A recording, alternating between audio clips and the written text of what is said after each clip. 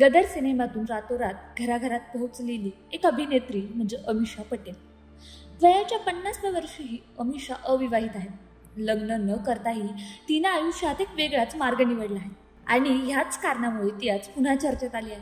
कारण अमिषाला मुलं खूप आवडतात. एवढंच नव्हे तर अविवाहित असून तिने काही अनाथ मुलांच्या पालकत्वाची जबाबदारी स्वतःवर घेतली आहे. रणवीर अल्हाबादिया यांच्या पॉडकास्टमध्ये अमिषाने याबद्दल उघडपणे सांगितले. मी माझे पुतणे भाचे यांचे डायपर बदलायचे, त्यांना जेवू घालायचे, झोपवायचे. मी तेव्हा म्हणायचे की मी क्रिकेट टीम जन्माला घाली. त्यावर माझी आई म्हणायची, पहिल्यांदा एका बाळाला जन्म दे, मग क्रिकेट टीमकडे बघ. आई होणं किती कठीण असतं हे अमिषा पटेल जाणते. पण मुलांवरील तिचं प्रेम मात्र कायम आहे आणि यासाठीच तिनं काही अनाथ मुलांना दत्तक घेतलं आहे.